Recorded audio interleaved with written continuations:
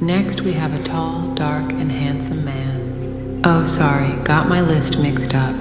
Instead, please put your hands together for the main man, Mr. Steve Heapy, CEO of Jet2 PLC.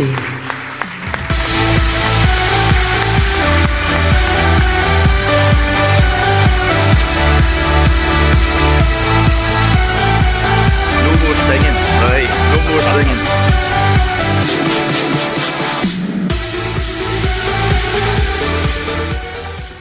Good morning. Can you hear me? Yeah? Good. Alan's asked me to speak briefly about sustainability. It might sound a bit of a boring subject, but it is something that will affect us and is affecting us now in the future.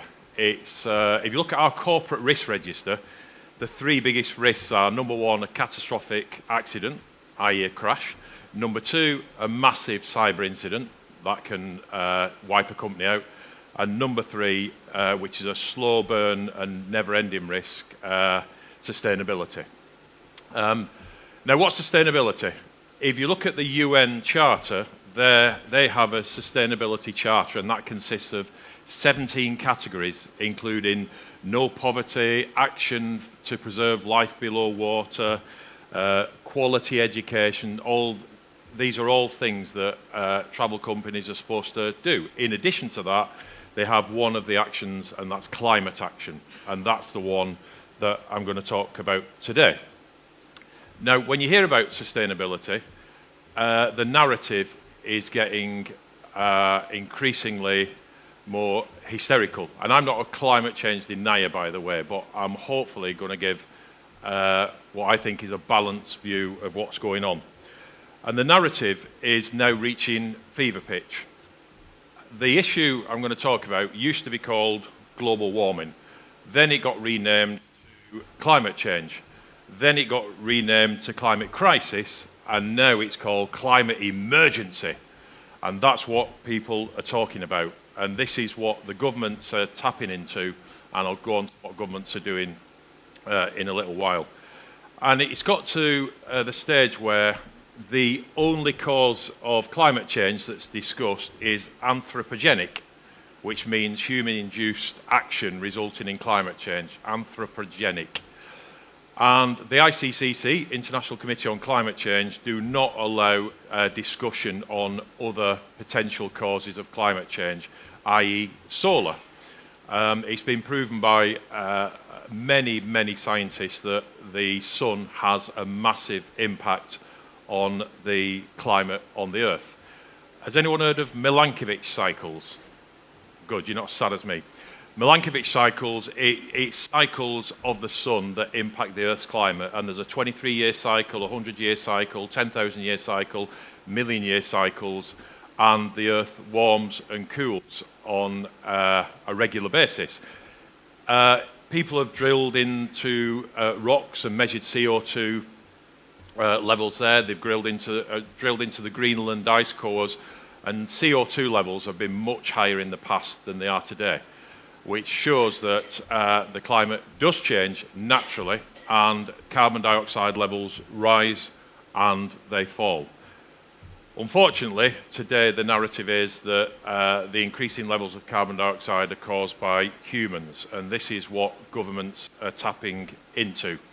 And governments, following the narrative, are putting in place policies that are very punitive on the airline industry. We did a survey, and we asked our customers, what percentage of carbon dioxide emissions do you think the airline industry is responsible for? And everyone gave their answers. So the question, again, what percentage of carbon dioxide emissions do you think the airline industry is responsible for? The answer came back as 22%. That's what people think we're responsible for. The airline industry is actually responsible for 2.4% of carbon dioxide emissions. So the narrative is people think we are 10 times worse than we are as an industry. And this is what governments are feeding into. They read all the research, etc. They think we're a lot worse than they are, and they're putting in place very punitive policies. If you look at some other industries, and their carbon dioxide emissions, they're far worse than us. Cement industry, responsible for 3.5% of carbon dioxide emissions. Livestock farming, 14%. Fast fashion, that's people buying cheap clothes, Alan, for example, from Primark, and you look at the amount of miles they travel, etc., and how they produced. Fast fashion is responsible for 3.5%. Crop burning, 3.2%. Server farms, everyone's got one of these, everyone's connected to the internet, they all run off servers. Server farms are responsible for 3.3% of carbon dioxide emissions. Bitcoin mining is responsible for about 2%. The carbon dioxide produced by Bitcoin mining is equivalent to that produced by the whole of Denmark. So you look at these industries and they're a lot worse, but have you ever heard of a cement tax, a livestock tax, a red meat tax, a t-shirt tax, a crop burning tax, a server farm tax, a Bitcoin tax? No. But what you have heard of is taxation on air travel. And this is what governments are doing more and more. As I said, I'm not a climate change denier, but when you see pictures on the news of ice shelves falling into the sea in Antarctica and people saying, oh, it's terrible, look at all these this ice melting. Well, first of all, the glaciers. Glaciers move, albeit at a slow pace, and eventually glaciers snap off and fall into the sea. That happens naturally. The ice in Antarctica is actually thickening, not melting. It's getting thicker. So there's a lot of narratives out there that feed into the picture that people want to present. Universities, etc., receive funding for writing papers on anthropogenic climate change. So it's a bit of a self-perpetuating industry. So governments readily follow the advice that they are given by bodies, and the UK government has a body that they are legally obliged to listen to, and that's the Committee on Climate Change. And the primary recommendation from the Committee on Climate Change is that the UK government must continue to adopt demand management policies in order to reduce the amount of air travel that's undertaken. That's the primary recommendation that's been made, that the government is obliged to listen to. So, what are the government doing? Well, throughout Europe, whatever side of the political fence you're on, governments employ the same policy. And that is to put an ever-increasing tax burden on flying, on the population. And it's called demand management. If you put taxes on something, it reduces demand. And governments say, no, we're not undertaking a programme of demand management, that's not our intention. Well, politicians, however clever they think they are, cannot rewrite the fundamental laws of economics. Demand management is designed to reduce demand for something, increase taxes. Look at the sugar tax. They said there's too many fat people, let's put a tax on sugar and everyone will become thin. Didn't work.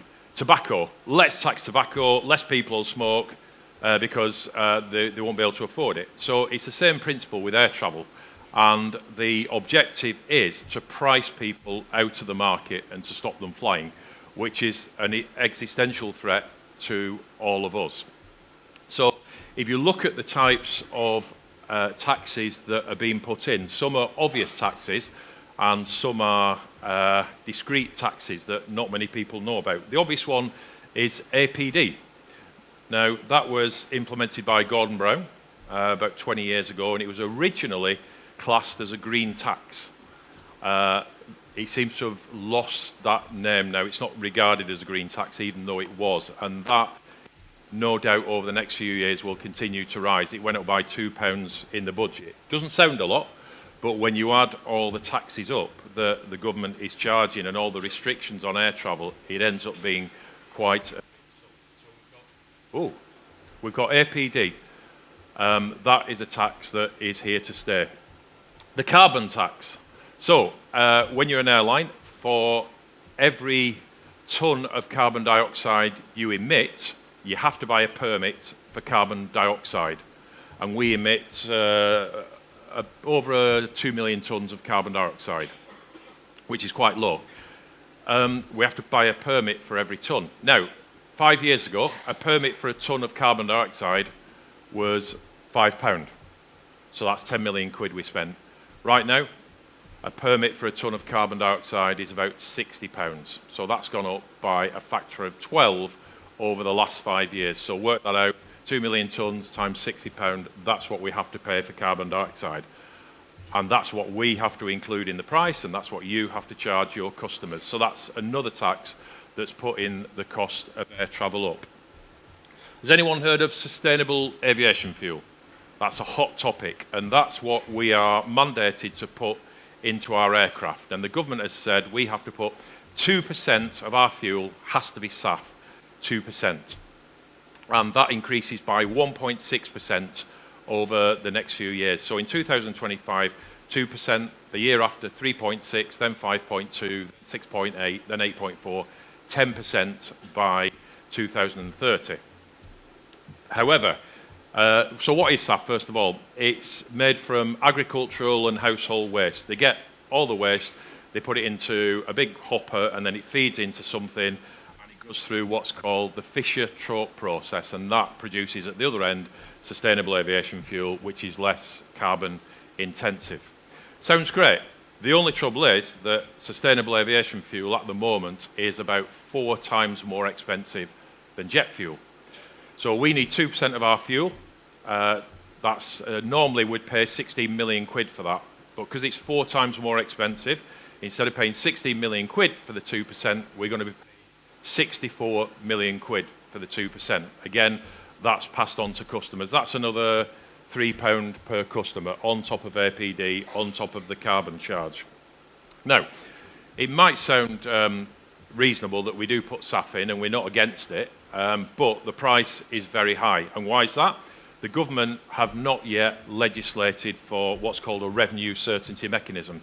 So companies won't invest in the UK until this is in place. So ironically, when we buy our SAF, we can't buy it from the UK.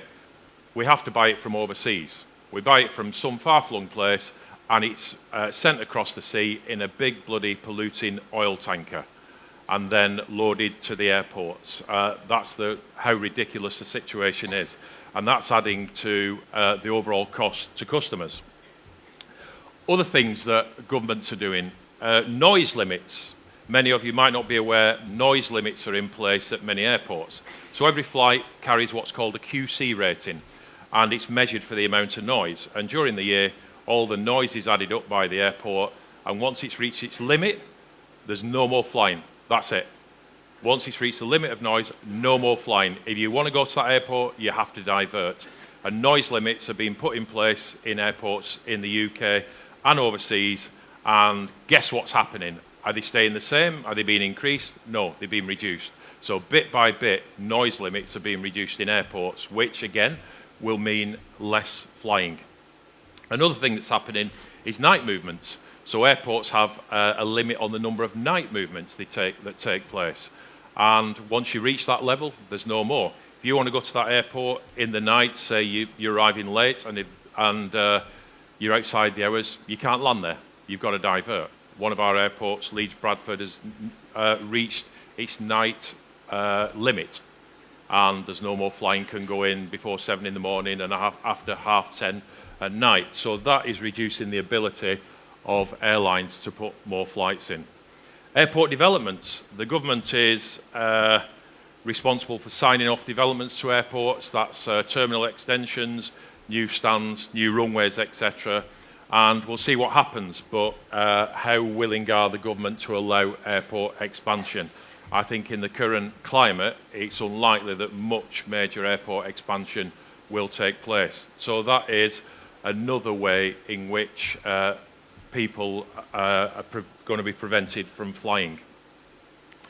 There was another tax that hit us quite hard a few months ago. The Canary Islands and Madeira used to be classed as exempt from tax because they're classed as outermost regions. And the EU, at the stroke of a pen, decided we're not going to classify the Canary Islands and Madeira now as outermost regions, so they must pay a tax. And that cost us many tens of millions of pounds, and the industry many hundreds of millions of pounds, just at the stroke of a pen. And again, that put the cost up for air travellers. We have to pass that cost on. So bit by bit, costs are being improved. Now, there's a couple of things. Oh, the last thing. The European Union is considering a tax on aviation fuel. And the tax they want to put in place is 47 cents a litre. Doesn't sound a lot, but aviation fuel is about 70 cents a litre, so that's a 60% tax. So when you look at what airlines spend on fuel, many hundreds of millions of pounds, that cost could increase by 60% if this tax is put in place. The European Union are discussing that right now. There's a couple of things that we need the government to do. The first thing is price stability mechanism, so that SAF plants are built in the UK, so we don't have to import it on big polluting oil tankers. And the other thing is airspace modernisation.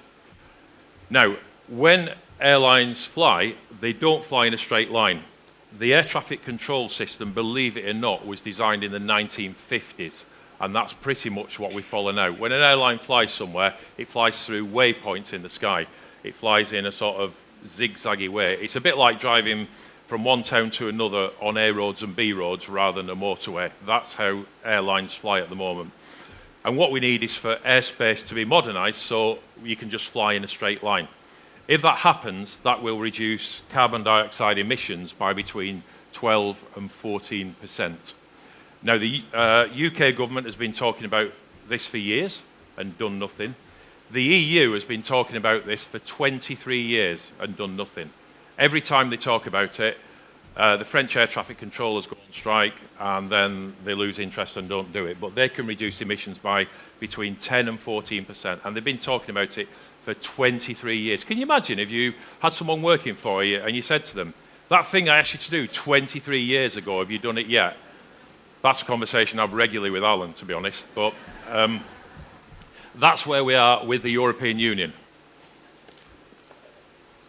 So, every time we talk about this, we call on the government to pull the finger out and modernise airspace, because that will reduce carbon dioxide emissions and that will allow the price to stay lower, not be passed on to the customer, and reduce demand for air travel. Remember, we are in a situation where the governments throughout Europe are implementing a policy of demand management. Now, what are we doing about it, besides standing on stage moaning about it? Well, quite a lot. You may or may not have seen our new sustainability policy, version 2 of our sustainability policy. And this has tougher targets than version 1, because we met all the targets in version 1. And there's various things we're doing to reduce our carbon dioxide emissions. First of all, our new aircraft order. What aircraft did you come on? Was it an 800 or an A321? I don't know. Any idea? I think it was an 800. We've ordered 146 brand new Airbus A321 neo aircraft, the greenest, cleanest, quietest aircraft in its class. 146 ordered, total transaction value $18.1 billion. That's what we're investing into our fleet, $18.1 billion. So those will be coming into our fleet over the next 10 years. We have a guaranteed delivery from Airbus between now and 2035. What else are we doing? We're fitting winglets to our aircraft. So this is a winglet here. That's where the end of the wing goes up. That reduces the vortex produced by the end of the wing, and that reduces fuel burn by 5 to 6%. The other thing we're doing, where we've got winglets, we're fitting split scimitar winglets. So that's where you also have a bit that goes down, and that reduces fuel burn by another 1.7%, and those are being retrofitted to our aircraft. Just to fit them, I thought you just sort of glued them on the end, but it's slightly more complicated than that. It's about $1 million to fit them, and it's about another $600,000 to fit the bit that goes down. I thought you just got a tube of Evo stick and put it on, but it's quite, you have to strengthen the wing and everything. So that reduces carbon dioxide emissions. Weight reduction. We're doing a lot for that. We pioneered lightweight seats. We have lightweight carts on board our aircraft. We have carbon wheels and brakes, much lighter than steel wheels and brakes. We've implemented millions of pounds of new navigation equipment to enable us to chop off a few kilometres of every flight we do, again, to save fuel. We have, I don't know if any of you have ever tried painting an aircraft, but if you do, it takes a lot of paint to paint one. And what we have done is pioneered lightweight paint. So all our aircraft now get painted in lightweight paint. That saves several tens of kilograms of weight. And again, we save that off every flight and produce less carbon dioxide. Alan is doing his bit. He's promised to lose some weight. So every time he flies, we burn a bit less fuel. You're not making much progress, Alan. I think you need to take it a bit more seriously. Every kilogram of weight results in more fuel and more carbon dioxide. Sustainable aviation fuel, we've invested in a sustainable aviation plant in the northwest of England. Several £1 million invested, and it will produce SAF for us by 2027. And of course, we've got our range of sustainable hotels on sale. This is where we work with our hotels, help them to get accredited so that they can promote themselves as a sustainable hotel. Now, why are we doing this? Because demand is increasing. I was in San Francisco a few weeks ago at the Google headquarters, and they were talking about trends. And one of the trends is searches for sustainable travel. Things like green travel, guilt-free travel, low-carbon travel, those sort of search terms are on the increase. They've grown slowly over the last few years, and now the curve is turning exponential. It's going like that. More and more people are searching for these type of hotels. So we put that on our website to enable people to find them if they want them. It is changing. People are looking for that, and we have to be in tune with the trends in air travel at the moment. So if anyone does come and ask you for a sustainable hotel, you can find those on our websites. So that's our sustainability policy. Pretty comprehensive. Have a read if you get time, and you should try and bear in mind what we are doing. It's costing many, many billions of pounds to try and become greener, to protect the industry and protect customers from ever increasing prices. Because if prices increase, that means some people won't be able to afford going on holiday. And who will that be? Probably no one in this room. It will be the least affluent members of society. The people in society with the least amount of cash will be the ones that are prevented on going on holiday, and that's wrong. We're supposed to be a classless society, and we shouldn't be pricing ordinary, hard-working people of their ability to go on a flight or a holiday. So we all have to do our bit to fight this. So what can you do as travel agents? The most obvious thing is book Jet2. Compare our sustainability policy with other airlines. It is the most ambitious sustainability policy. We are platinum rated for sustainability. We're in the top 10 airlines in the world for sustainability, and we are on a journey to becoming more sustainable. We have a target to reduce our carbon dioxide emissions by 35% by 2035, and of course we will be net zero by 2050. It can't be done overnight because technology isn't around. We are unfortunately reliant on still jet propulsion. The jet engine was built released in the 1950s, and that's still the primary method of propulsion. People have talked about other things. They've said battery power won't work, not for big airlines. Why? First of all, batteries are very heavy.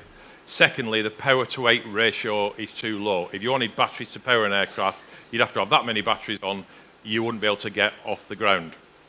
Thirdly, batteries rely on rare earth minerals, and who owns 90% of the Earth's reserves for rare earth minerals? The Chinese. They bought up countries in South America, they bought up countries in Africa, they own 90% of the reserves, and they're probably not going to share those with the West. So it's going to be hard to get those, increasingly hard over the next few years. So battery doesn't work. People have talked about hydrogen. There may be a future in hydrogen, but it's a long, long way. Hydrogen is something that is possible to manufacture in large volumes, but you have to be very careful with it. Hydrogen's been used before for air travel, I don't know if anyone's heard of the Hindenburg and the R101. Wasn't too successful with them. Now, in the modern era, hydrogen has to be stored at a certain temperature, and it's got to be stored about minus 260 degrees, which is in itself a challenge, and you have to use an enormous amount of energy to get the hydrogen to 260 degrees. So that is a long, long way. The third thing that may happen are called open rotor engines. So at the moment, you've got a jet engine, you've got the cowling there, sucks air in, puts it through a low pressure turbine, high pressure turbine, and propels the aircraft forward. It's basic Newtonian physics. That's how it works. One thing that's supposed to be more efficient is an open rotor engine. This is where, if you go back to the war films and you see a propeller blade, an open rotor, that's basically what is supposed to be more efficient. But these rotors are massive. They'll be like that. So you can't just stick one of those on an existing aircraft. You've got to redesign the aircraft. You'd have to put the wings on top of the aircraft, have a big long undercarriage so the propeller didn't hit the ground. That technology is a long, long way away. So it's unlikely that anything's going to be coming into the market in the next 15 to 20 years. If someone designed an aircraft now, it'd be 15 years before it was in production and made available to people. So we've got what we've got. The other thing that hopefully will happen is that the US and UK governments will declassify some of the top secret black technologies that probably exist and make that available to the public, and that will help. I'm sure there is some technology around that probably is kept within the military at the moment. But that's where we are, so we're doing what we can. So back to travel agents, what can you do? First of all, book with the most sustainable airline and tour operator in the UK. That's Jet2.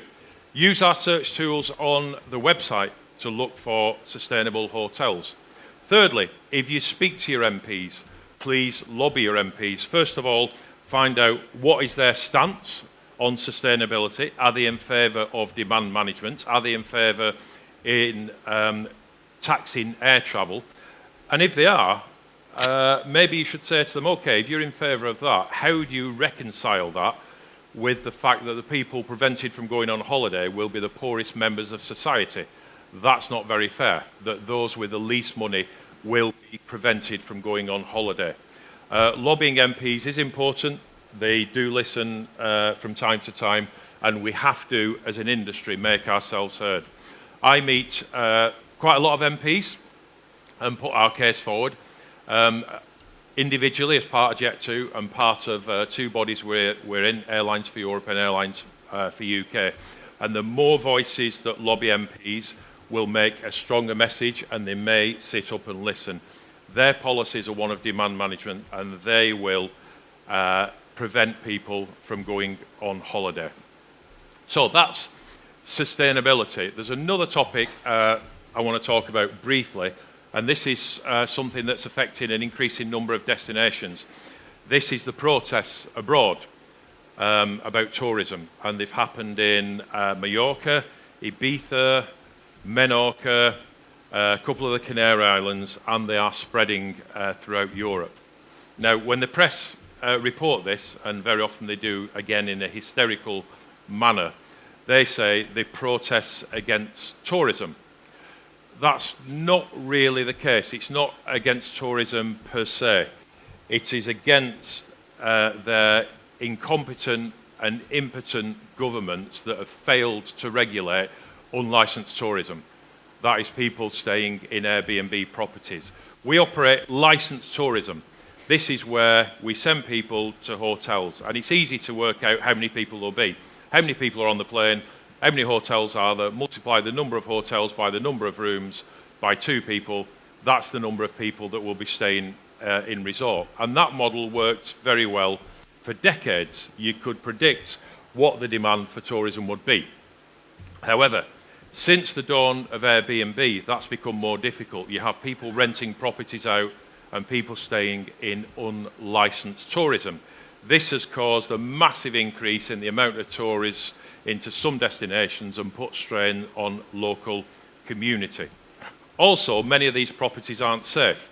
When we put a hotel on sale, we have to see its tourism license, We have to have it health and safety checked. Every one of our hotels has to have a health and safety audit.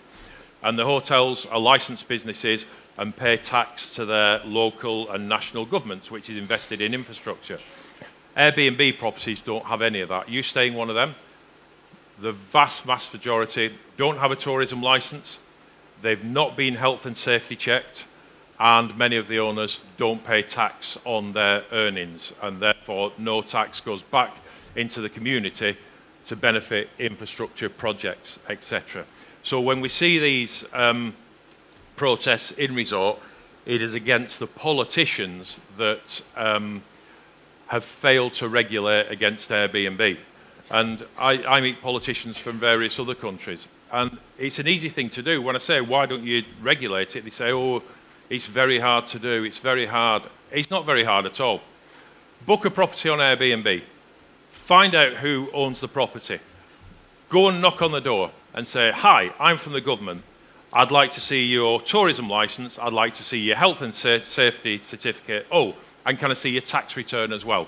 And if they can't give you them three things, fine them €200,000, and the number of properties will drop by 95% overnight. And that will mean that the protests will stop, because these protests will get bigger and bigger, and they will start to affect our destinations. They will start to put people off travelling. In Palma, Mallorca, a few weeks ago, tourists were innocently eating on a cafe on the side of the pavement, enjoying a meal. Protest came down, squirted them with water, disrupted the meal, and started protesting outside bars and restaurants. There's things daubed on walls, tourists go home, people are preventing people going on beaches. This will get worse and worse unless the unlicensed tourism problem is solved. So again, what can we do about that? Well, promote licensed tourism, which you do, and put people in licensed properties. These are package holidays, and again, we only sell package holidays in licensed properties. We don't sell Airbnb, we only sell hotels and apartments, things that are licensed. So that's one way we can try and prevent some of these protests happening, to put people in licensed tourist accommodation. We have to be aware that's what's coming down the track, and this problem is going to get worse. So please bear that in mind when people come asking for a holiday. So Alan asked me to speak briefly about those two things, and I think now we're going to go to questions. Does anyone have a question they'd like to ask? No questions. Yes. We've got a microphone. Yeah, there's one coming. Steve, it's Phil Nuttall from the Travel Village in Blackpool. Where are you, sorry? I'm over here. Hey, taking a piss over. There you go. Yeah. Yeah. Yeah. Stand up. It's interesting what you were talking about. Lobbying the government. Yeah. Clear have just appointed Stephen Malbank as their spokesperson for the ships, and to really get a voice in Parliament. Do you think there's any opportunity for tour operators, etc., to do a similar thing? Because we don't really see, we hear you standing there and talking about it, which is fantastic, but as a group, fighting back the travel industry, do you think there's any opportunity there? It's a really good question, and it's something I'm trying to do. We do meet MPs, i.e. as an independent company, Jet2, and as part of Airlines UK and as part of Airlines for Europe, and we do lobby as ABTA as well. But I think it's certainly a case of strength in numbers. The more people that shout the same message, the better. I am trying to get Airlines UK and the Airport Operators Authority joining together to give the same message. But at some stage, and it's something that may happen, we probably need a public campaign to lobby against this, because I think there will be a relentless rise in taxes on air travel. I think it's going to come. People, as I said, demonise air travel, and it's going to be a problem that's with us for, well, forever, really. So I think there definitely does need to be more cooperation between different bodies. and probably a movement started to campaign against this. I speak to them on my own, but I'm just a lone voice. I'm probably not the best person to do this all the time, because I tend to be a bit short-tempered and intolerant of MPs, and I'll probably get tasered in the House of Parliament, which probably isn't very good for the cause. But it certainly does need it. We should have a talk later if you have any ideas. But we do need everyone to lobby their MPs and to tell their customers what's happening, and to build up this feeling that if we're not careful, bit by bit, people will be priced out of the ability to take a holiday, and that's just wrong. The government we have in place at the moment is a self-proclaimed socialist government, and their policies are designed to make air travel unaffordable for the poorest members of society. That doesn't sound very socialist to me. So we do need to do that. I'll let you know when we do things. We are going to do some campaigns in the future, and it would be good to get our travel agent partners on board. Maybe a petition, a public campaign, but we need to get the timing right.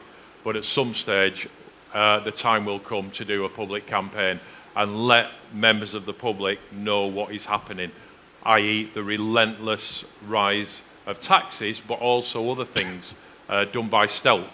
As I said, noise movements, night movements, no airport developments, the increase in SAF. You see, APD, if APD goes up by £1, it's all over the front of the newspaper, all over the front. And there's a massive thing, it's a scandal, APD's gone up. But who's talking about the percentage of SAF going into aircraft? Nobody. Nobody knows about it. It's a boring subject, and that will cost the traveller much, much, much more than APD. So we need to get across some of the things I've gone to today. Some of it's a bit boring, but we need to get it across in a user-friendly format that people will understand. So when you're doing a campaign, you need to put a bit of thought into it. You need to talk in the language that you'd use in the pub, and with the structure of a philosopher, and present it like an artist. You've got to really have your message clear, and that's something we need to work on. Well, good question, thank you. Oh. Just going back to the protesting that Yeah. the Spanish and other countries are going to be doing, I wasn't aware, and I'm sure a lot of people in this room weren't aware, that it's down to the unlicensed accommodations and things like that. I think it might be worthwhile letting the public know, because the press don't let the public know.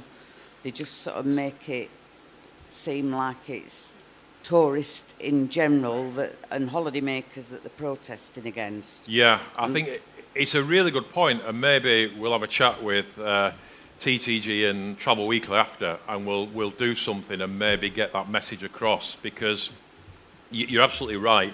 A lot of people don't realise that, and it is sensationalised by the press. It's, these people are against tourism. They're not stupid. They know that tourism does generate income for the economy, and tourism's been around for decades, licensed tourism, but unlicensed is the big thing, and it can be damaging. If you go to Ibiza, there's not enough doctors, there's not enough dentists, they can't afford to live there.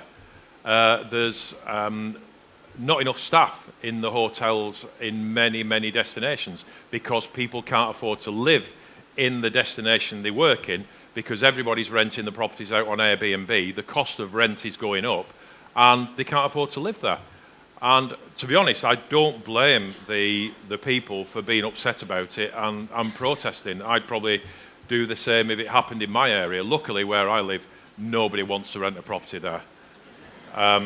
Who would want to live where I do? But it's happening more and more, and people are renting these properties out, making a fortune, not paying tax, etc. And many of the properties are unsafe. If anyone's booked with Airbnb, did you check to see whether it's health and safety licensed? No. Did you check the fire certificate? No. Did you check if it's got a fire alarm? No. Did you check has the electrics been signed off? No. You could be going into a death trap, and more people are staying in these properties. So it is something that we need to get across, that these protests have been caused by unlicensed tourism, And in order to help to fight this, we need to try and promote people to stay in licensed accommodation. So maybe we'll have a chat about that after, and maybe we should do something in Travel Weekly and TTG to get the message across to our travel agent partners, because it's only going to get worse. It's spreading throughout Europe, and again, as I said, it is pretty much against the politicians because they've been completely impotent in putting in place legislation to prevent this. Probably because most of them have properties they're renting out on Airbnb and they don't want to do it. But we do need to get the message across, so it's a good point. We'll have a chat after and get something across. But thank you. Does anyone... Oh, thank you.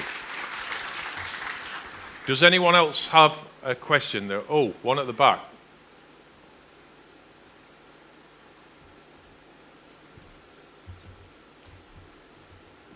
Hi, Steve. Sharon Thompson from Thompson Travel, Northern Ireland. Sorry, I've acquired a cold since I came here, so don't know how to stay away. A couple of things, a couple of points. Firstly, your knowledge on sustainability. I didn't know half of those facts and a quarter of those facts, and you've literally given us them all without even a note. During COVID, one of the things that we did was write a letter to government that was a standard letter from travel agents across the UK that really highlighted a point. So I would love if you could pen a letter with some of those facts with regards to the percentage of impact that the airline industry has. Yeah. And I'm more than happy to send that to local MLAs in my area with my headed logo on it. So if everybody agreed to that, that would be a really good start maybe for us to give that information, because I don't think local MPs really know those facts themselves. The other thing is, and this is maybe a question, what percentage of Jet2 flights go to those countries that there's protests in as flight only? What percentage of passengers? Okay, well, thanks for the question. First of all, I'd be very happy to pen a letter and to do a fact sheet for our travel agent partners and let them know what's going on. Because I think you're right, many politicians don't understand the consequence of their actions, and ultimately will mean that people are priced out. I met an MP from Bradford a few weeks ago, and he was saying how we've got to be more sustainable and how taxation was something we must do and people must pay more for air travel. And I said, I can't wait for you to stand in front of the Muslim community of Bradford and tell them they can't go on their lifetime pilgrimage to the Hajj because you're pricing them out of the ability to do that. And his face was filled with horror. I said, well, that's what you're going to have to do. You're putting prices up. You will stop people travelling. You should stand in front of them and tell you deliberately want them not to travel. And when you put it in that terms to them, they start to get a bit frightened. So I'm very happy to do a letter and a fact sheet. In terms of the destinations, all three Balearic Islands have had protests. That's a huge amount of our travel, and also the Canary Islands and some of mainland Spain. And Spain is still over 50% of our capacity. There's been protests in Barcelona, also in Spain, and they've been spreading as well. There's been some protests in Italy. So they will spread throughout Europe, but they are our big high volume destinations. Our two biggest destinations are Mallorca and Tenerife, and there's been protests in both of those destinations. So they are starting to spread. So it's quite worrying, really. As I said, there's a lot of hysteria in the press when these sort of things happen, but people read the press and take notice of what's said. So I think whatever action we can take now to try and stop this spreading would be very good, and that is to concentrate on licensed tourism and get that message across to people. But in terms of the first point, I'm very happy to give you the facts and figures and pen a letter if that helps. I spend an increasing amount of my time talking about sustainability and talking to MPs because it is a massive risk, and it's something that will affect everyone in this room. If people are priced out of the ability to go on holiday, you'll have less customers. So it's something that we should all take a huge interest in and try and make sure that we're not on the road to perpetual demand management. So I'll do that, thank you. Does anyone have another question? Oh, thank you. Any more questions before I go? The reason I'm dressed up today, I have to go to Larnaca straight after this for a meeting, but I'll be back tonight for the gala dinner. So apologies for that. I won't be here for the rest of the day, but I will be back tonight. Any more questions? No. Right, that's me done on sustainability. Hopefully the rest of the conference will be a bit more cheerful. I'll disappear and you can all cheer up. I think you've got 15 minutes back. This was down for an hour, so I think we're going to have a break early, but I think Alan's probably going to come back on stage and do the compare. So, thank you very much, everyone. Thanks for listening. See you later.